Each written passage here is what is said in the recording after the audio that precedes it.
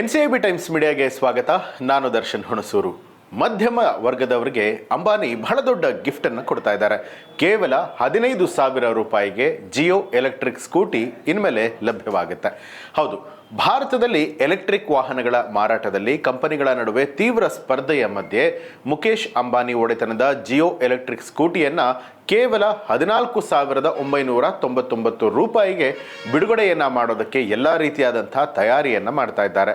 ಜಿಯೋ ಇತ್ತೀಚೆಗೆ ತನ್ನ ಹೊಸ ಎಲೆಕ್ಟ್ರಿಕ್ ಸ್ಕೂಟರ್ ಅನ್ನ ಬಿಡುಗಡೆ ಮಾಡಿದ್ದು, ಇದು ಭಾರತೀಯ ಮಾರುಕಟ್ಟೆಯಲ್ಲಿ ಹೊಸ ಕ್ರಾಂತಿಯನ್ನ ಮಾಡೋದಕ್ಕೆ ಸಜ್ಜಾಗ್ತಾ ಇದೆ. ಇನ್ನು ಈ ಸ್ಕೂಟಿಯ ಬೆಲೆ, ವೈಶಿಷ್ಟ್ಯಗಳು ಮತ್ತೆ ಆನ್ಲೈನ್ ಬುಕ್ಕಿಂಗ್ ಪ್ರಕ್ರಿಯೆ ಹೇಗಿರುತ್ತೆ ಅನ್ನುವಂಥದ್ರ ಬಗ್ಗೆ ಸಾಕಷ್ಟು ಮಾಹಿತಿಗಳು ಈಗಾಗಲೇ ಸಾಮಾಜಿಕ ಮಾಧ್ಯಮದಲ್ಲಿ ವೈರಲ್ ಆಗ್ತಾ ಹೋಗ್ತಾ ಇದೆ. ಈ ಒಂದು ವಿಡಿಯೋದಲ್ಲಿ ನಾವು ಜಿಯೋ ಎಲೆಕ್ಟ್ರಿಕ್ ಸ್ಕೂಟರ್ ಬಗ್ಗೆ ಮಾಹಿತಿಯನ್ನ ತಿಳ್ಕೊಳ್ಳೋಣ. ಈ ಒಂದು ಸ್ಕೂಟರ್ ಎಷ್ಟು ಕಿಲೋಮೀಟರ್ ಪರಿಮಿತಿಯನ್ನ ಹೊಂದಿದೆ, ಅಂದ್ರೆ ಇದರ ಅವರೇಜ್ ಆಗಿರುವಂತಹ ಮೈಲೇಜ್ ಎಷ್ಟಿರುತ್ತೆ ಅಂತ ನೋಡುವಂಥದ್ದಾದ್ರೆ, ಜಿಯೋ ಎಲೆಕ್ಟ್ರಿಕ್ ಸ್ಕೂಟರ್ ಹಲವಾರು ಆಕರ್ಷಕ ವೈಶಿಷ್ಟ್ಯಗಳನ್ನ ಹೊಂದಿರುವಂಥದ್ದು. ಇದು ಶಕ್ತಿಯುತವಾದ ಎಲೆಕ್ಟ್ರಿಕ್ ಮೋಟಾರ್ ಅನ್ನ ಕೂಡ ಹೊಂದಿದೆ. ಹೆಚ್ಚಿನ ವೇಗವಾಗಿ ಚಾಲನೆಯನ್ನ ಮಾಡೋದಕ್ಕೂ ಕೂಡ ಇದು ಸಹಾಯವನ್ನ ಮಾಡುತ್ತೆ. ಅಲ್ಲದೆ ಸ್ಕೂಟಿ ಲಿಥಿಯಂ ಅಯಾನ್ ಬ್ಯಾಟರಿಗಳನ್ನು ಹೊಂದಿರುವಂಥದ್ದು. ಇದು ಒಂದು ಸಾರಿ ನೀವು ಫುಲ್ ಆಗಿ ಚಾರ್ಜ್ ಅನ್ನ ಮಾಡಿದ್ರೆ ಸುಮಾರು 75ರಿಂದ 100 ಕಿಲೋಮೀಟರ್ ವ್ಯಾಪ್ತಿಯನ್ನ ಕ್ರಮಿಸಬಹುದು ಅಂತ ಹೇಳಲಾಗ್ತಾ ಇದೆ. ಇನ್ನು ಈ ಒಂದು ಸ್ಕೂಟರ್ ನಗರದಲ್ಲಿ ಪ್ರಮುಖವಾಗಿ ಅಂದ್ರೆ ಒಂದು ಸಿಟಿ ಸೆಂಟರ್ಗಳಲ್ಲಿ ಓಡಾಡುವಂಥವ್ರಿಗೆ ದೈನಂದಿನವಾದಂತಹ ಪ್ರಯಾಣಕ್ಕೆ ಇದು ಬಹಳನೇ ಸೂಕ್ತವಾಗಿರುವಂತಹ ಸ್ಕೂಟಿ ಅಂತ ಕೂಡ ಹೇಳಲಾಗ್ತಾ ಇದೆ. ಆದರೆ ಇದರ ಡಿಸೈನ್ ಹೇಗಿರುತ್ತೆ ಅನ್ನುವಂಥದ್ದು ಇನ್ನೂ ಕೂಡ ಫೈನಲ್ ಆಗಿಲ್ಲ.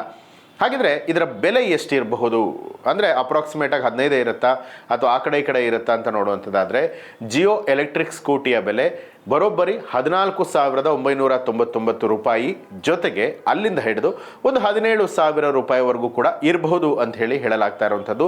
ಇನ್ನು ಮಾರುಕಟ್ಟೆಯಲ್ಲಿ ಲಭ್ಯ ಇರುವಂಥ ಇತರ ಎಲೆಕ್ಟ್ರಿಕ್ ಸ್ಕೂಟರ್ಗಳಿಗೆ ಹೋಲಿಕೆಯನ್ನು ಮಾಡ್ಕೊಂಡು ನೋಡಿದ್ರೆ ಇದು ಬಹಳ ಸಾಕಷ್ಟು ಕಡಿಮೆ ಪ್ರಮಾಣದಲ್ಲಿ ಬೆಲೆ ಇದೆ ಅಂತ ಎಲ್ಲರೂ ಕೂಡ ಹೇಳ್ತಾ ಇದ್ದಾರೆ.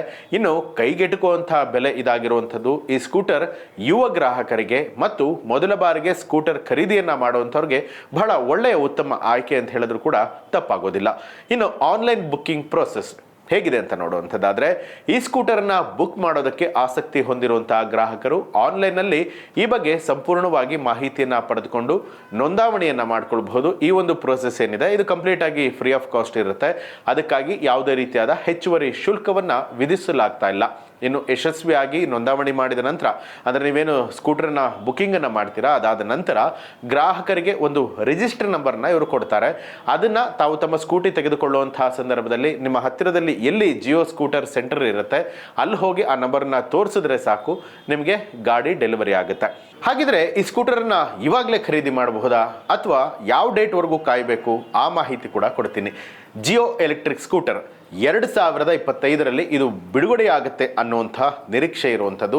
ಆದಾಗ್ಯೂ ಕೂಡ ಕಂಪನಿಯು ಅಧಿಕೃತವಾಗಿ ನಾವು ಇದೇ ಡೇಟಲ್ಲಿ ಈ ಒಂದು ಸ್ಕೂಟಿಯನ್ನ ಬಿಡುಗಡೆ ಮಾಡ್ತೀವಿ ಅಂತ ಹೇಳಿಲ್ಲ. ಆ ಬಗ್ಗೆ ಯಾವುದೇ ರೀತಿಯಂತ ದೃಢೀಕರಣ ಕೂಡ ಕೊಟ್ಟಿಲ್ಲ. ಭಾಗಶಃ 2025ಕ್ಕೆ ಈ ಒಂದು ಸ್ಕೂಟಿ ಬಿಡುಗಡೆ ಆಗಬಹುದು ಅಂತ ಹೇಳಲಾಗ್ತಾ ಇದೆ.